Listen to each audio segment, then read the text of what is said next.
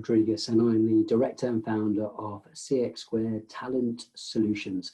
I set up CX² Talent Solutions back in September 2019 with a view of looking to change perspectives of the recruitment industry whilst going against the norm of a typical recruitment agency and consultancy. We set up what we believe is the first community-focused talent solutions business, which looks to invest our time and our profits into giving back to the community, inspiring the next gen of future tech talent, and working to really connect the dots within the tech ecosystem, not looking to get anything back in return. Following 9 years of working with different tech recruitment businesses, I got quite disgruntled with the way the industry was. Very transactional in nature, CV passing, not a lot of focus within a business's culture and personality fits. For me, that's a key differentiator of what we're looking to do as an organization. We won't work with an organization and take them on as a client unless we fully understand what their culture is like, what their values are, and the sort of people they want to bring in the business. I think it's very easy for people to forget that at the end of the day, changing jobs and moving as a permanent person is actually one of the top 4 things you do in your life. And therefore, it's a big decision. We should be expecting to make that transition as easy as possible whilst managing and coaching them in the right ways. That's going to ensure that they, 1, stay in that role for the long term, 2, are happy, because at the end of the day, they're going to be spending more time in the office more than anything else. So it's really important to us that that relationship between the client and the candidate is run and is explained and described as much as accurately and through authenticity and transparency as possible.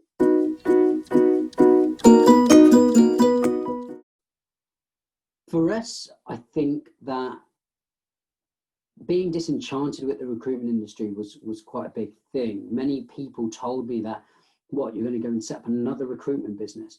There's over 15,000 in the country. And I knew that. And so we knew we had to be different. And the whole approach and culture and values is one thing.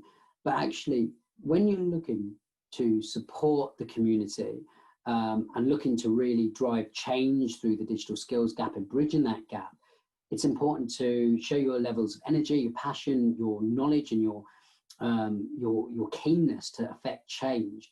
And over the last 12 months, not only have we backed up what we said we were going to do, but we've probably overachieved in hitting those goals because we really were passionate about wanting to make a mark and effectively creating impact. I think the biggest thing for us is that when you go and admit that you're a recruitment business, straight away people shut off. So for us and for people to see us through authenticity and through what we're like face to face and through giving back in through all these initiatives, I think people see a different side and they see the human touch as opposed to someone that's just on the telephone. Well, we've got 3 main routes now, and I think if you talk about recruitment generally, we've got 2 models. So we've got the traditional recruitment model, which is whereby we charge a percentage on that first annual salary of what is offered to the successful candidate. But recently we have just created a new flagship product, which is called CX² In-House. And this is a full service recruitment offering that's not just limited to hiring people, but actually has an extension to our partners, and that it focuses on building your culture, building your values if you've not already done so, effectively sitting in as an external recruitment resource, but internally within your business. So we're really able to understand and embody what your culture and your business is like to work for. So when we're able to then voice what your business is like, market your brand, we really are acting like an extension of your business. So by doing so, we really want to ensure that you are not only attracting the right people, but we're able to minimize that time to hire through helping through the interview process. During these current times, we've already or adopted video technology. So we were ahead of the curve. We had everything in place beforehand. And so we're able to replace telephone interviews with solo video interviews. We're also able to actually undertake the interview process for you if you'd like us to. And the best way for us to do that is by working inside your organization and acting as a true partner. All of the other facets we can do are from HR, employee engagement surveys, your benefits packages, your security checks, references, all the way through to video and marketing. So we're really trying to generate a full, tailored talent as a service subscription model.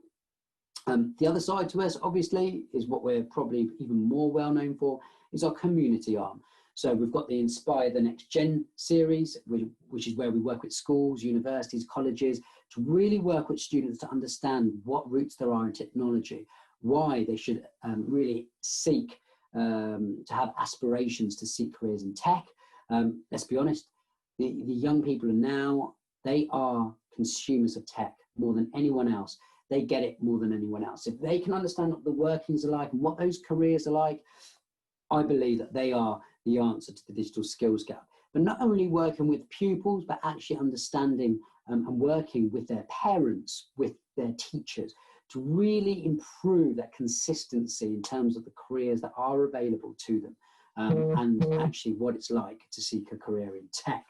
The other side of it is obviously the BRMINGHAM and our Diversity in Tech initiative. I got quite tired of going to digital skills discussions and roundtables where a lot of people talked about things but didn't actually know, well, there wasn't actually tangible actions that were being connected to it. So what we were looking to do was actually connect the dots and say, look, let's put in a plan in place. And what the vision of that is for it to be a white paper down at local and central government. Our key objectives: working with schools to change the philosophy of how tech is taught, working with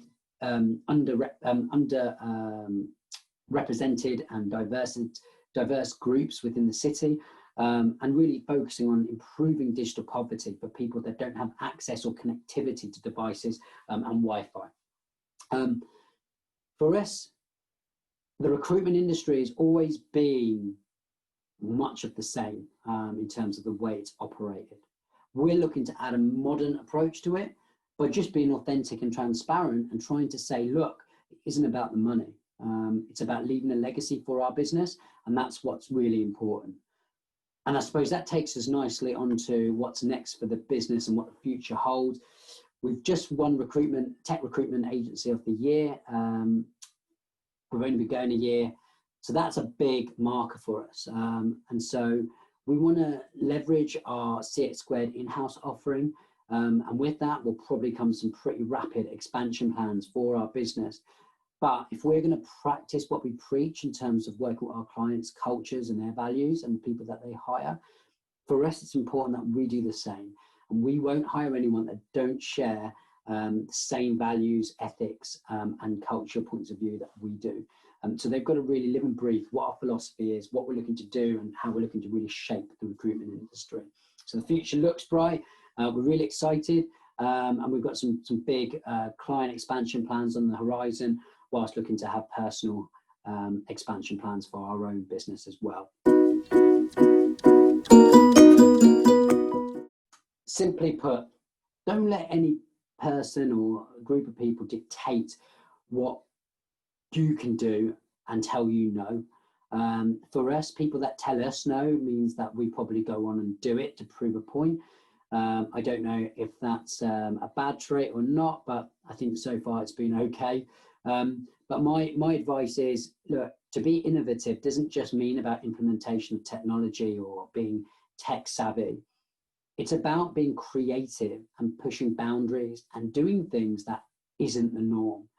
And just because something's not the norm doesn't mean that it's wrong. At the end of the day, some things will work and some things might not. But at the end of the day, if you don't try it, you'll never know. And we're pleased that we've gone and pushed those boundaries. We've done things that people have said, terrible idea.